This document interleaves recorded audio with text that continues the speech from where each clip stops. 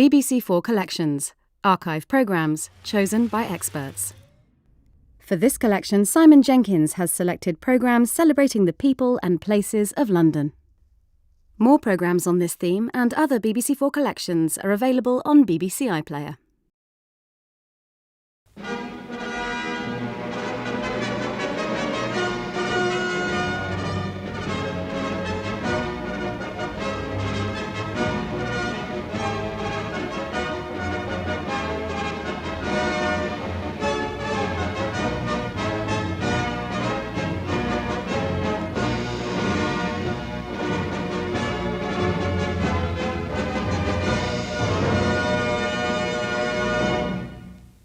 During the past week, 500 girls have come to London either to take up jobs or to look for work.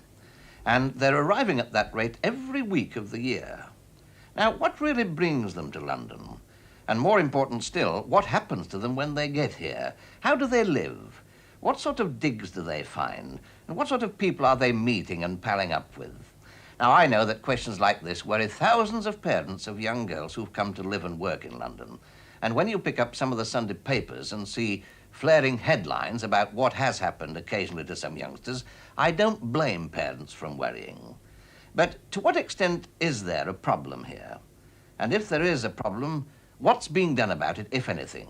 Well, that's what we're going to investigate tonight. They come, why? To exchange the drab environment of an industrial city for the grace and elegance of London?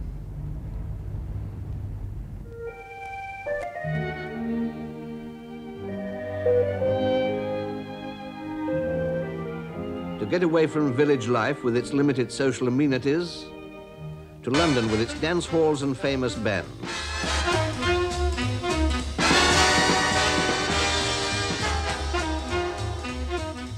To the lights which stay on in London, which surely must be gayer than the main street of a provincial town.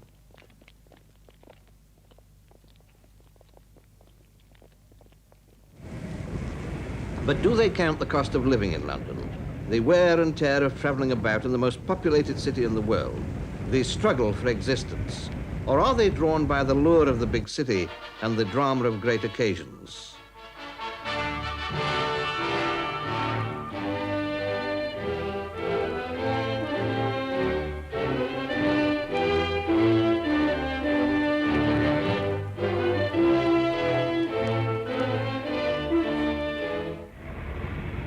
Are they seeking fame and fortune? Are they the victims of a steady stream of enticement poured out by press, radio, and television?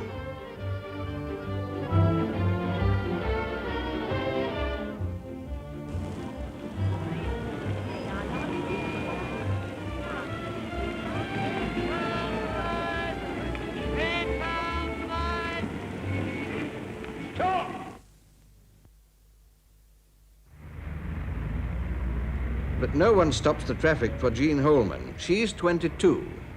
I come from Newbury. I work in a hairdressing salon, and several of my customers have told me that I'm very photogenic, and I would like to be a model and right height and the measurements. So I came to London as there's bigger scope there for the job I would like to do. Every day, Jean, like scores of other girls, calls on the agents. There are no less than 419 theatrical and model agencies in London, and before Jean can get a job, she must be taken on their books.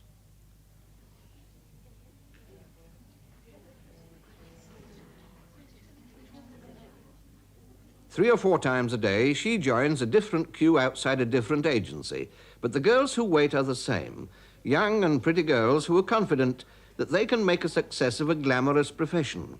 But how many of them realize what this means?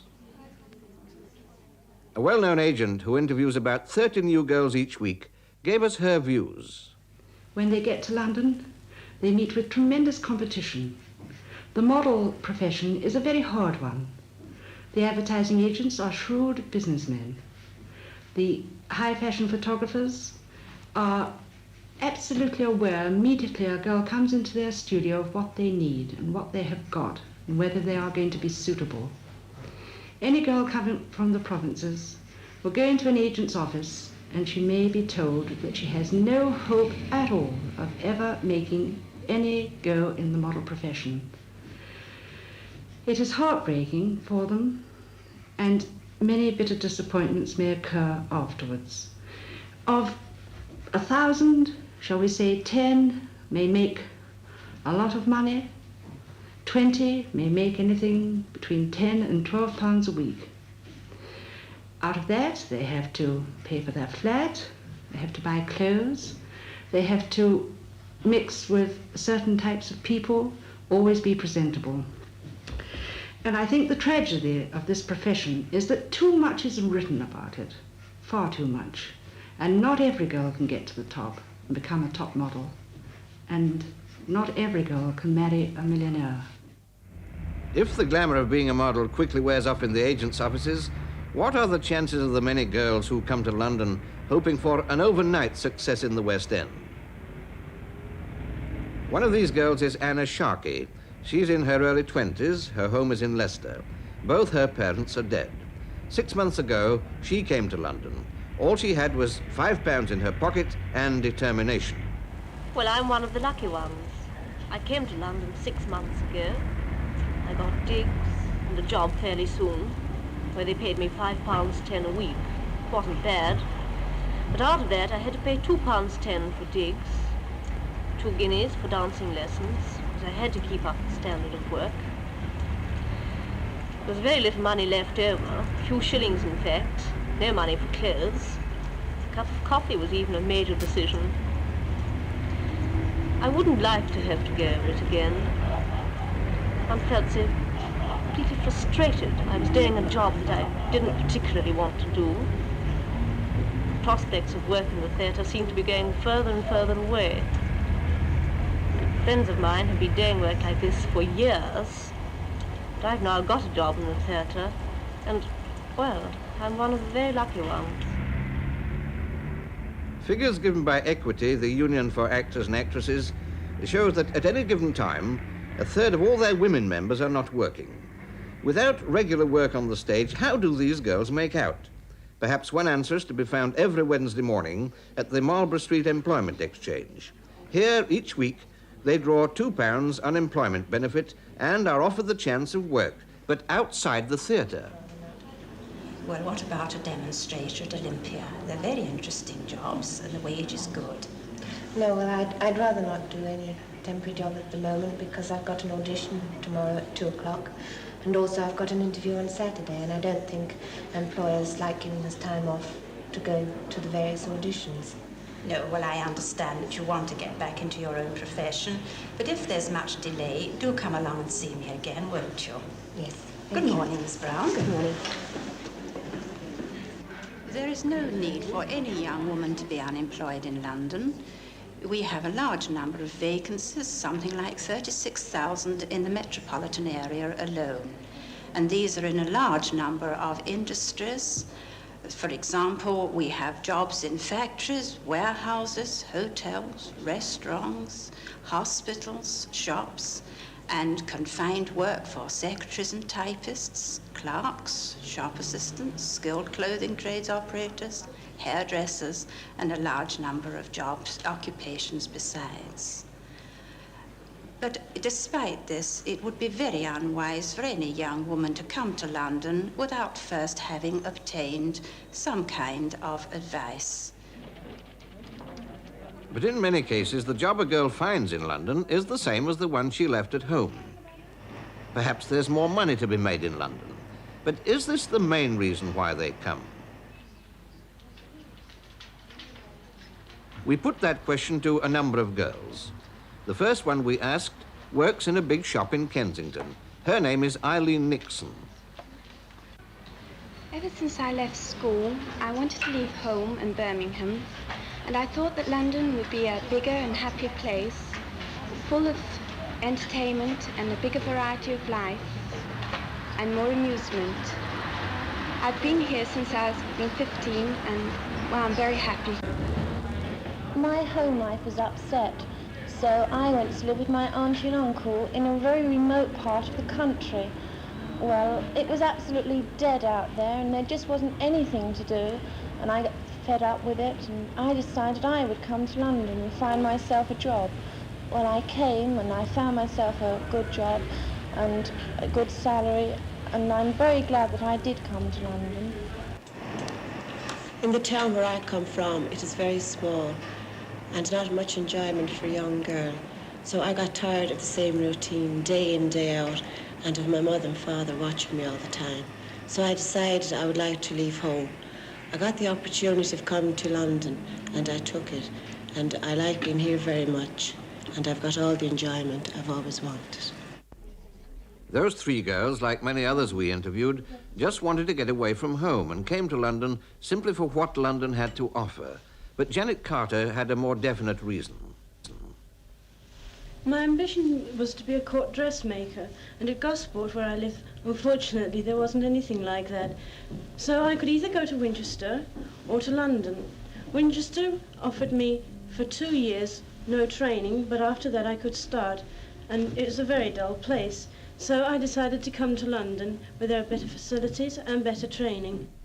In many cases, only London can offer the facilities and provide the specialized training required by young people who have a purpose and are not attracted to London just because it is London. A London University degree is recognized all over the world, and a nurse who's been trained at one of the great teaching hospitals in London can get a job anywhere. Art colleges and academies are full of young people who are equipping themselves for the future, and to do so they must live in London. Just to find somewhere to live is the big problem, and for a girl alone in London with a limited income, it makes for real hardship. An attractive flatlet at £2.10 a week may turn out to be just a dirty back room at the top of a house with no proper cooking facilities and a bath shared with 8 others. Some firms meet this problem by providing hostels. In this one, run by a large store in Kensington, the girls pay 30 shillings a week. They sleep in bedrooms which are shared by 2 or 3 girls, and they get 4 meals a day, but this is exceptional. Most hostels charge about £3 a week and provide only partial board, and in some cases girls have to sleep as many as 8 in a room. Some girls object to this lack of privacy, but nearly all agree that for a girl arriving alone in London, a hostel is a wonderful place for making friends. And if you have friends, as one girl said, you soon lose the feeling of homesickness. But some girls resent the restrictions of hostel life, having to be in by a fixed time at night. They complain that this stops them going to dances and theatres. And even in hostels where boyfriends are allowed, it's hard, they say, to return their hospitality in a communal atmosphere. Nevertheless, hostels are very popular. Despite their limitations, the girls feel that they are by far the best places to find one's feet in London. But are there enough of them? Apart from private hostels, the London County Council, together with church and voluntary organisations, list about 100 hostels with accommodation for 4,000 girls, and most of these hostels have waiting lists.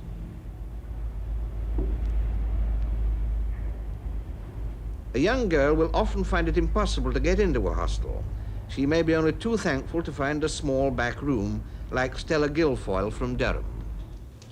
When I took my last job, I tried to get into a hostel, but they were all full up, so I tried the streets and I finally found this place. It's at the top of 61 stairs, and for it I paid £2.05 a week. For that I have a divan bed, which is quite comfortable. I have an electric fire, which I've got to cook on, and of course you can't cook much on an electric fire. I usually have beans or spaghetti or something like that, and it would be too expensive to go out and have a meal. I also do my washing in the room, and I've got to air it. I air it on this thing here. I share a bath with 6 other people. We're supposed to have hot water, but it's not very frequent. The only water I'm really sure of is when it rains and it comes in through the roof there. But on the whole, I'm quite happy living here, although it can be a bit lonely when you come home from work in the evenings and you close the door. It's like closing the door on the rest of the world. For a London already struggling to house its workers, the problem of accommodation is getting worse. As business booms, many residential areas are being torn down to make room for huge new blocks of offices.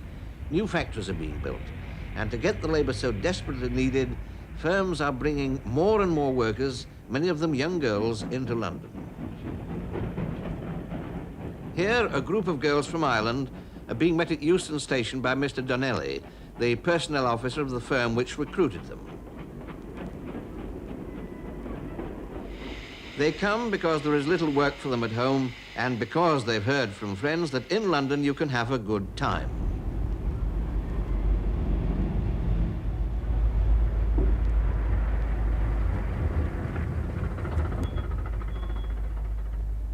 On their way to their digs, Mr. Donnelly points out some of London's famous buildings. But for the girls, the first question they want answered are, how far is it to the West End, to Piccadilly? Where are all the bright lights, and where are the famous dance halls we've heard so much about? Because they lack any real purpose, these girls are more easily tempted by the idea of having a good time. But the landlady of this house, where some of the girls will live, had this to say. For a considerable time now, I've been taking girls from Ireland and the provinces. I find these girls, on the whole, just like ordinary other girls. Naturally, they like a good time. Some go to evening classes, others go to ballroom classes to learn dancing in the proper manner. And we have quite a happy atmosphere. Of course, like every other girls, when we have quite a few, we have our little problems, which we sort out amongst ourselves. And on the whole, we have quite a happy house, and we're all very contented and happy. But her experience is not shared by all landladies. Others feel differently. I find when these girls come to London, their one idea is to get up to the West End and have a good time. Then they don't come home till the early hours of the morning and stay up talking and laughing, keeping the others awake. They go to bed with all their makeup on and make the bedclothes filthy. They're not satisfied with that, but their hygiene also is very deplorable. And then they go out, have a good time, find a chap, and then you see no more of them. They've completely disappeared and you've no idea where they've gone. All right, well, thank you very much for letting me know. I'll do all I possibly can to find them. But as an employer, Mr. Donnelly had this to say. Well, our problem as employers is that there is a considerable shortage of labour in London, and we have to go out into the provinces and to Ireland to recruit. This is a considerably expensive business and causes a lot of trouble and time. Having brought the girls over here, we have to find them accommodation, and here again we have difficulties because many landladies refuse to take girls because of troubles they've had in the past. But having fixed them up with accommodation and brought them over here and settled them down, we find that another difficulty from our point of view is that they disappear after a very short space of time. In fact, between 25 and 30% of the girls that we bring over have disappeared within the first month. Having disappeared, we are left with the problem of having to inform their parents, and this is a very heartbreaking task. We tell their parents that they've been brought over by us and settled in a job, and now we've no idea where they are. They've completely disappeared into London, and that's all we can hear of them. And where do they disappear to? There's no doubt at all that some girls who come to London just for a good time end up by earning their living on the streets.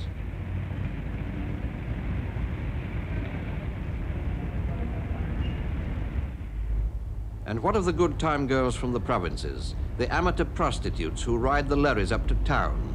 Large numbers of these girls, earning several pounds a trip, arrive each week in London, sometimes to stay, sometimes just to have a gay weekend. Police are on the lookout for these girls, particularly the younger ones who may have run away from home and who may be wandering about the streets with no money, easy prey for the professional layabout or the contact man for a vice ring.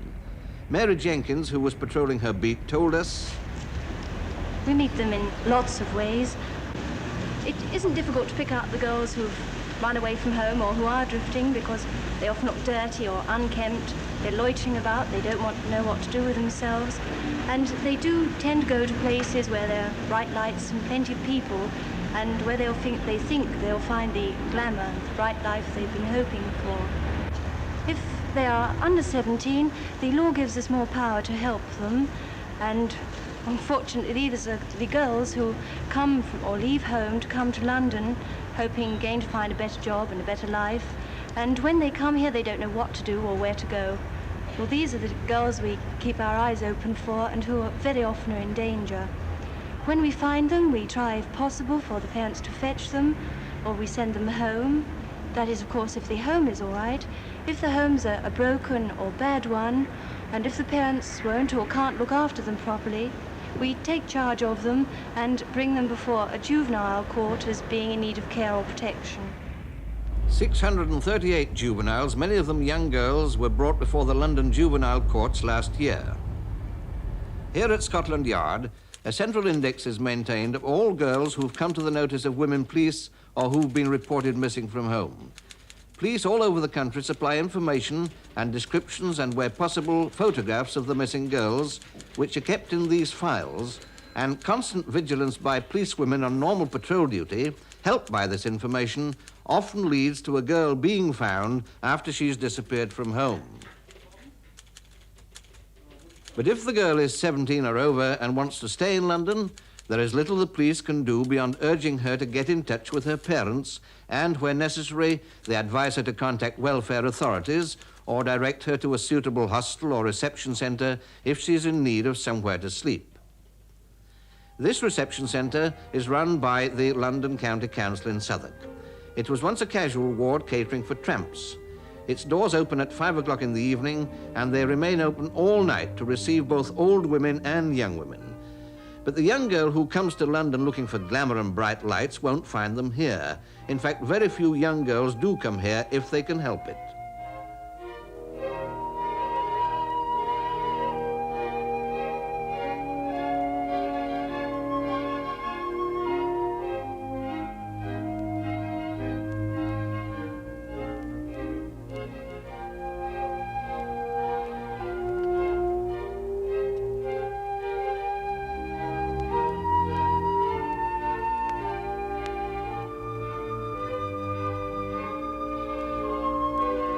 The matron of the centre, Mrs. Johnson, who first came here 30 years ago, said, "We have 74 beds, but they're not very often full.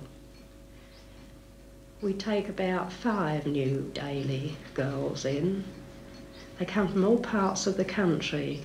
Some are brought in by the police or sent by the police, and others find their own way here. I think Tuesdays and Wednesdays are about our busiest nights, as they come in at all hours. They seem to have come to London for the weekend, and by about Tuesday or Wednesday they have no money and they're sadly delusioned and are glad of a bed and help. They are given a bath and a meal and a bed, and in the morning are sent to register at the local employment exchange. We allow them to stay for a night or two, and if they have any money they can pay a small fee. Otherwise they do some work round the building."